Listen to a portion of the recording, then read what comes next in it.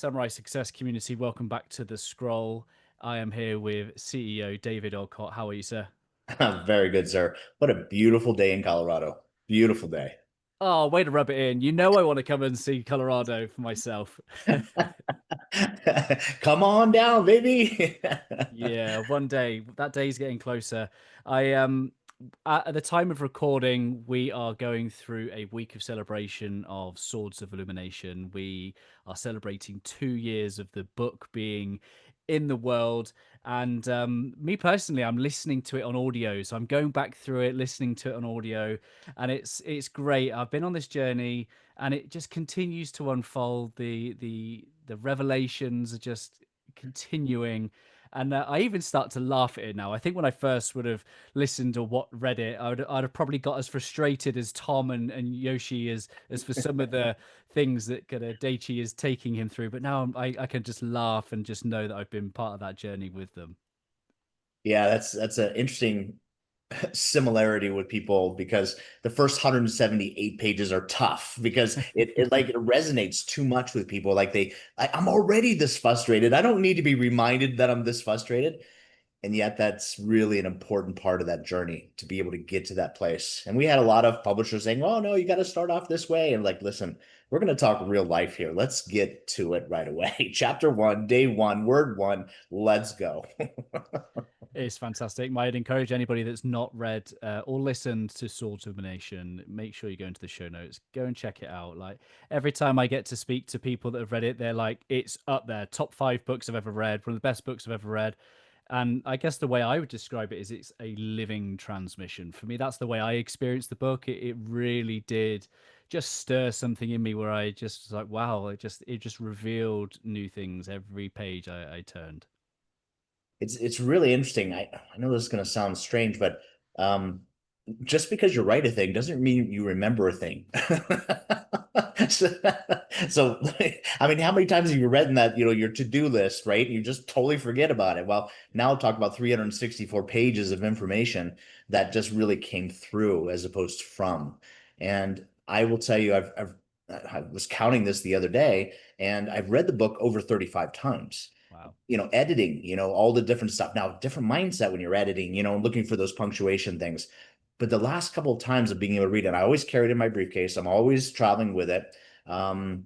It's a great conversationalist, by the way. People are always looking for books on airplane, and I'm reading it and stuff like this. And I will tell you, it's like, where the hell did that come from? I mean, because the insights, like you were saying, Ryan, is as I evolve personally, I read the book very differently Yeah. and new insights from the same words and the same I have found that in a couple of different books on this planet that really do resonate with me, and that's probably why they're part of the collection that I read every single year. There's 9 books that I read every single year, and part of those 9, I would say probably 8 out of the 9, um, it gives me a totally different experience every single time I read I feel a future scroll coming on there. The 9 books I everyone think, must oh, Kathy read. just took a note.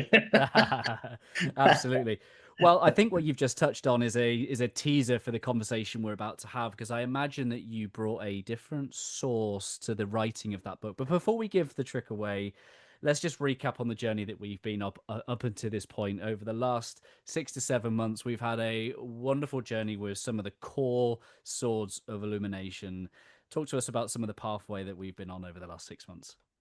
So I want to make sure I capture it. So I'm going to read a couple things, but we've been working on the inner work, which is the work, right? If you've ever talked to a spiritual master or any of those folks that have been here before and left really profound messages, it's all about the inner work, moving inside. That's why we started there first. So over the last couple of weeks and months, we've been really focusing on vision and making sure that we really focus on identity, right? What really is clear about that identity, who you say you are, and really understanding you're not here to find out who you are, you're actually here to create who you are. And then moving into the subconscious programming, we have this amazing technology that we've forgotten about. That's part of our subconscious mind that drives all the different aspects and events that are coming up in your life. But then finding out, maybe for the first time, that you actually have access to that and you can actually reprogram that to be able to get new events coming into your life, attracting new events. So I hope that was exciting for you, because I will tell you, that's what has truly transformed my life, about being able to understand that I don't have to be in results or and having these responses and reactions to things the way I don't want them. I can change that. It takes work. This is not an easy road. This isn't taking a pill and being, this is work. But that work is part of the experience. You've come here as a soul to be able to really appreciate and understand yourself, who you say you are. So it's all part of the collective. So that reprogramming work. And then, of course, last scroll was just about B equals R, which is behaviors equal results. And I will tell you, all those things start to come together to the work that we're going to be talking about today is, okay, how am I fueling that work? Yeah, thank you for that summary, David. One of the things that I've really come to learn being part of the Samurai Success team is the work that you do with entrepreneurs. And my understanding is that the core role of the entrepreneur is to bring solutions to the marketplace. Before we look at this news source that you're talking about, help us understand the more familiar source that most entrepreneurs are bringing to the marketplace.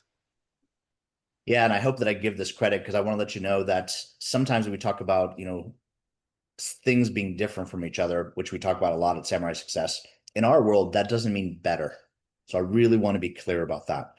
One of these sources isn't better than the other, right? You, as an individual, you create meetings, as we've talked about in the last couple of weeks, you get to determine that. But I will tell you that as I share this with you, remind you what you already know. Be clear that we're not talking about, if you hear my voice say better, this is better than that, please comment down below and say, hey, mister, you said this. And so my intention is to make sure that this is different, not better. So the primary source, I think most of us observing the planet as well as you do, can see that the ego has been the source of most of our answers and solutions. And those two words are going to be really important as we move forward, because an answer may be something that is really timely in this moment, but a solution is for all time. It really does solve the problem over a longer period of time.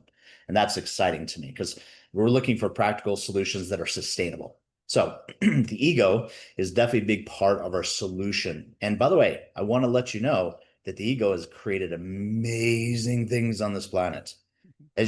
Truly. And by the way, this isn't a male thing or a female thing. This is the ego. This is what we're using as source to be able to solve problems, have answers. So as an entrepreneur, you already know this. Your real job is solving problems. That's your number one job. When you say entrepreneur, that's the problem solver, solve problems, whatever that is, because you're supposed to go into the marketplace and say, hey, there's a problem out there. Now that I see the problem, I have a solution or answer to that particular problem, and I build a vision, a business, and structure and a team, all designed to be able to fix that problem within the marketplace.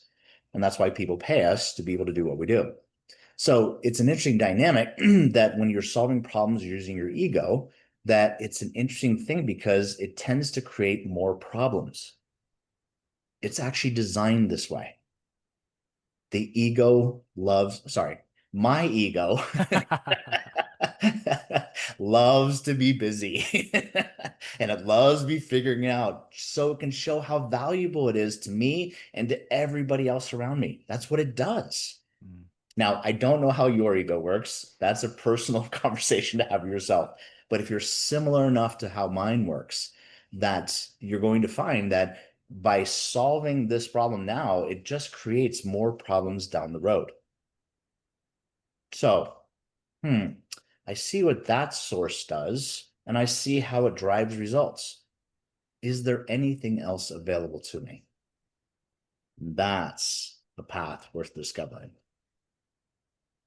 What inspiration did you take from that great man, Einstein? Wow. So Einstein is one of his great quotes, and I believe I'm saying this correctly, I might be paraphrasing, that he said the energy that it took to create the problem is not the energy it's going to take to solve the problem. I think he actually said it, the thought or idea instead of energy or source, right? So if I'm using my ego to solve a problem, and it creates more problem. Me using more ego to solve the next problem is where he then translated over to, well, that's called insanity, Dave. Doing the same thing over and over again and expecting a different result. So those two quotes from that brilliant man really set the stage for me asking a different question. Is there a different source? And the answer is yes. I'm glad that you clarified because effectively two sources both create results. Both of them. Yes, very much. And what you shared last month is exactly the frame is B equals R. But this is getting under the surface now. It's about what are we imbuing those behaviors with. So David, what is how do you equip entrepreneurs through Samurai Success to create a different type of result? So using the ego as the primary source, which most of us use, we then go seek an answer to a problem for a solution. And whether it solves it long term or not really is not the entrepreneur or ego's brain, right? It's just like, hey, how do I solve this right now? I want out of pain. Mm. So when I do that and I start looking at these things like, okay, so I'm going to use this source called ego, and I'm going to find that I'm actually captured or kidnapped into believing that I'm actually going to have to stay with the strategies that already exist on this planet. It's within this realm of the ego to be able to say, hey, we're going to solve it with this source. Let's stay here on and use strategies that already exist, or create something using those strategies that already exist, which only builds on that same energy. Because like you said, if energy is imbued with the ego, then the solution is going to be imbued with the ego. Okay, let's finally get to the answer of this. Well, there's also this other aspect of you and of me that we tend to forget a lot more about, because it isn't celebrated as much as it is in the business world or the entrepreneur world, because it's all about the story as the ego, right? The soul isn't about that. It's about a different aspect. Now, before you start thinking, well, this is really woo-woo and stuff like this, you have done this your whole life. You may not have done it at some of the celebrities I'm going to mention's level, okay? Because when I first heard about this, I was like 9 or 10 years old. And at 9 or 10, you recognize this? Of course not, guys. It's just a memory I have that now with other resources as I've gotten older, I recognize the power of it. But at 9 years old, I was watching a show. I'm going to age myself here, by a gentleman named Dick Cavett. Now, Dick Cavett was the Johnny Carson or the Stephen Colbert, of the late night talk shows kind of thing that came out late at night. And Dick Cavett was actually earlier than that. So I was still up, 6 o'clock, 7 o'clock. And on comes the gentleman that I fell in love with because of his music. Mm-hmm. And I know I've related this to you before, but John Denver was on his show. And I'll never forget, they were just having this conversation, and John Denver, by the way, was like Elvis Presley or Taylor Swift, I guess would be a big name that we'd say. But I mean, just massive superstar. I had never experienced that energy before because I was a little later than, Elvis Presley. And I was experiencing this for the first time. He was in one of my favorite movies, Oh God. He was just this folk singer that just had this angelic voice, and his songs resonated with me, and my parents played it all the time. So he was on this show, and he was asked this question by the host at Cavett. He says, how did you write Country Roads? And I mean, it was just a blink of a moment that John just kind of looked up and he was like, I don't know how it really happened, but this tune just came to me. And there it was. Now, I didn't know it was there yet until much later in my life. But what he was expressing and saying was that he was downloading from a different source than his own ego. Well, okay, well, what's the source? Well, today I know that is your soul, right? And before we get too crazy with this, I want to let you know that most of the amazing inventions that have happened on this thing that really do solve some of the bigger problems in this planet have come from this source. People on this planet are already using this. You have probably come up with one of those cool moments where you're like, who said that? What said that? Well, that was a great idea. Where did that come from? And that's that moment. So you have this inside of you. It's just being able to spend more time sourcing from that as opposed to your ego. That takes work. That takes some discernment. Now, are there some kids on this planet that actually do this naturally? Of course, there's always this balance. But for the mass majority of us, we've got to put the work in to be able to discern between what source am I solving problems with. And once you understand how to discern between those two sources, then you can really understand the power of what I'm going to say next. Most of the time, this discernment is kind of easy if you think about it. If I'm using source code information that already exists through strategy from someone else saying, you know, this is the way you need to do those kind of things, and it's all based upon something that you already know, then that is going to be based upon strategies that already exist on this planet. And most of those are ego-based. When you come over to the soul, then you're going to be bringing in new information, sometimes called a flash of genius, taking known components, but sequencing them in a brand new way that truly represents service to others. Your ego is always in service to itself. Your soul is always in service to others. So it's a great discernment tool to understand, because one of the big things that goes along with this is risk is on this side, faith is on this side. And understanding that is what we really help entrepreneurs understand, is that when you're solving solutions for your business in a practical way, you're going to be using one of those two sources. Once you understand that, then you can start moving into the soul space. And in the soul space, there's a lot of science that goes along with this, especially quantum mechanics, that talks about the specific thing, the realm of pure potentiality. And in that dimension, let's just say it's a circle with every single possibility solution already exists. How to do everything isn't just located on YouTube or Amazon. It's actually located in a different library. And that library, let's just call it the realm of pure potentiality. And in that library is every solution to every problem that we're going to face as mankind. And if we were to use that source, then it would be just as profound as a song like Country Road. The solution would be so beautiful. It would just resonate. You would feel it in every cell of your body that says, that is what I've been looking for. That is a different level of power, and really about being able to really solve things that most people wouldn't have thought about that way. For a results-driven entrepreneur that's listening with intent right now, but they just want that little bit of convincing, need to see before they believe. Have you got any examples of clients that have come to you that have maybe had the guidance and support of Samurai Success and been able to change that source for positive results? Yes, and that's what's been fun about the last 27 years, 450 plus clients, 50,000 individuals within that group of people. That's so many people then using this technology in this way and realizing they've had this access to this technology. They just didn't know how to use it. They didn't know they had it.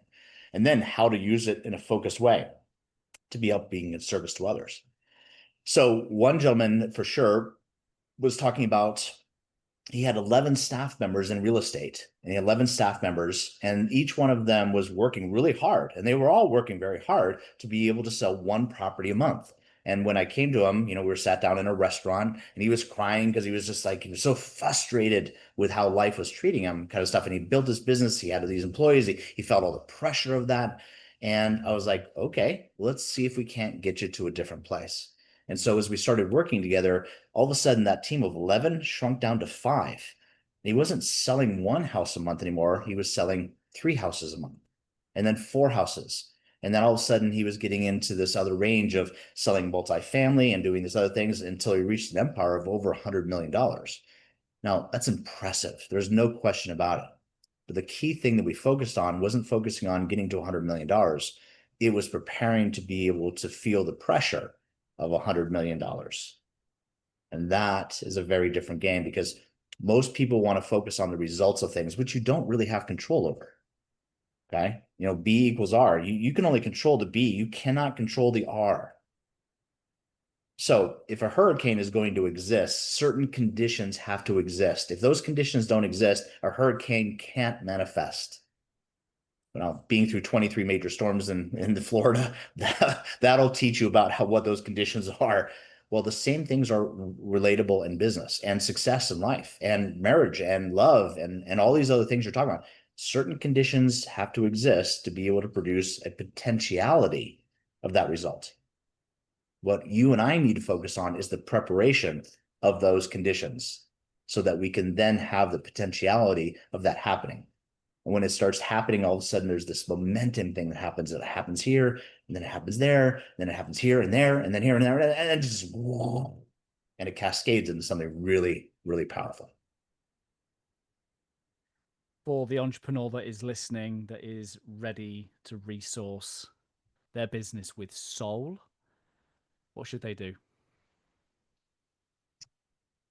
That's an interesting journey for sure. And if you're going to take the long road that I took, which was this last 35 years of my life of seeking out the highest and best teachers on the planet so that I could understand what this looked like. And I didn't have any clear direction. I was just really seeking what those things were. Probably the best strategy is find a coach that resonates with what we're talking about and that resonates with you to be able to find that other source of being able to solve problems. Samurai Success, of course, would be one of those sources I would definitely have you take a look at. Now, here's the deal. We only work with a couple of clients every year. As a matter of fact, each one of our pods only work with 20 clients a year. And the reason we are so successful is we're very selective with who we work with. We want you to be as selective with your coach as we are with you, because it's going to work as long as there's two things. Commitment, you've got to be committed to your vision. Any coach that you work with that is more committed to your goals and your, results than you are, the game is over. It's over. So commitment is first. You've got to be committed. Once you're committed, Dave, I've had enough. I've got to go. I've got to make this work. Then we talk about how we might be able to be a fit. And we go through a lengthy process with you. This isn't some, hey, pick up the phone, you're hired and we're contracted. This is a process, and the process isn't about anything else but making sure we're a good fit for you. End of story. No game here. It's just about what works. Because remember, just logically speaking, entrepreneur, is that if we don't get you the result, we don't get the referral. And we know that. We know this whole game here, but that's why for 27 years, we have been referral-based only. It makes sure that we perform the highest and best for you when you come to work with us. Dave, do you have any questions for our listeners to reflect upon? Questions to reflect upon. How about this? Think about the last big decision you had to make. Let's just apply the information we learned today and say, which source did you use to solve that problem? And it's going to be really easy. Did it solve the problem? Did it answer it for the short term? Or did it really spawn something for the long term? Something that really engaged you?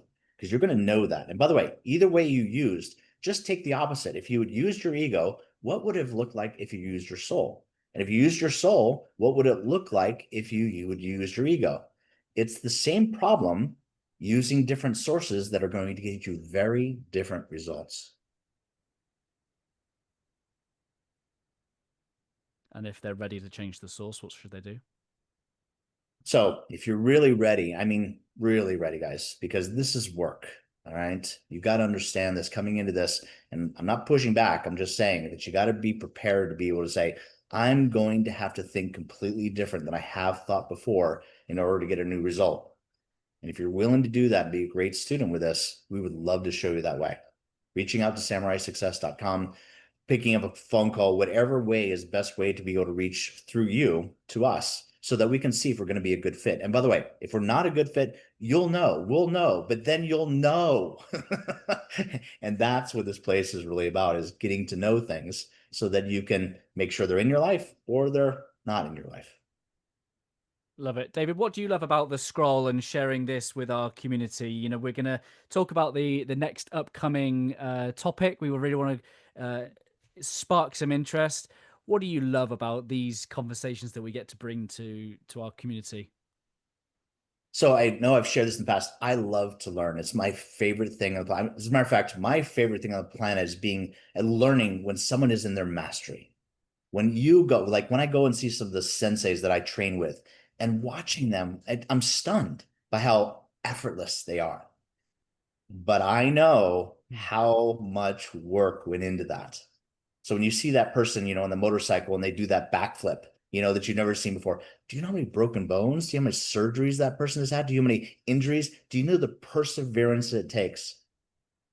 That's the kind of folks that we're really looking for, because that kind of drive, that kind of rule structure that says, I've got to do this.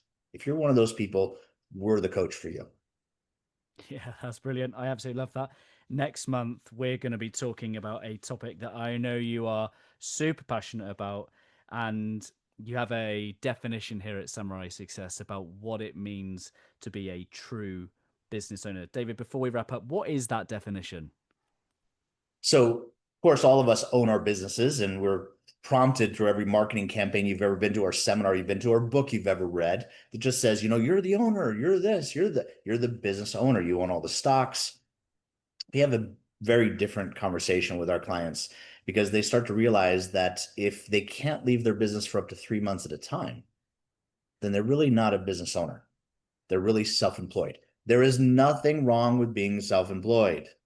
It's just different experience. It's a different mindset, skill set, and tool set that you have to understand. When you move from the self-employed quadrant over to business owner quadrant, these folks think completely different. That's the training that is missing from your world to be able to move from that quadrant into the next. Just as much as someone who's an employee, right? An employee goes, I want to be my own boss. And moving from an employee to self-employed is a different mindset, skill set, tool set. Those are the kind of trainings that we really focus on here at Samurai Success. So imagine this. You've got this big mountain you want to climb. Is that Everest? Is it the biggest mountain on the planet that everybody wants to hike? Then imagine a experienced Sherpa taking you up that course. Weather changes, marketplace changes, all those different things. Would you like a guide to help you up a mountain that we've been up hundreds of times? Hundreds, if not more. I want to be conservative here, but we've been up this path hundreds of times. Even though it's not your path, it still has that feeling of doing the impossible. And because there's a structure and a strategy that we put together for the last 30 years, then we can help you do that safely, no matter what the ever-changing marketplace looks like. Why should people tune in to next month when we'll be talking about how to build a business that works wherever you are in the world? Yeah, it's an exciting time because we've actually experienced it, because people talk about this all the time. Dave, I need to duplicate myself. I want to be able to run my business from anywhere in the world, and I want to spend less hours doing it. Well, there's a lot of talk about it. We wanted to figure out, is there a way to do that? And now that we know that it can be successful and how it is to be successful, then that being able to talk about that next week is so exciting, because I love to learn, but being able to have the opportunity then to share this information with you guys is really the exciting part of the scroll for me. I look forward to it. If you've made it through to this far, thank you. Please push that share button. Share this conversation with someone in your community, someone in your network that you'd love to introduce Samurai Success to. We're all in this community. As we're talking about, the source of soul is about sharing that abundance, seeing us all rise like a tide that lifts all ships. And David, do you have any final comments and reflections before we bid farewell? Really, thank you for taking the time to listen to this day. I know how incredibly busy you are. Hope this did shift some things and get your brain rock and rolling again. Just like, I hadn't thought about it that way before. So until we see you next time. Thanks, David.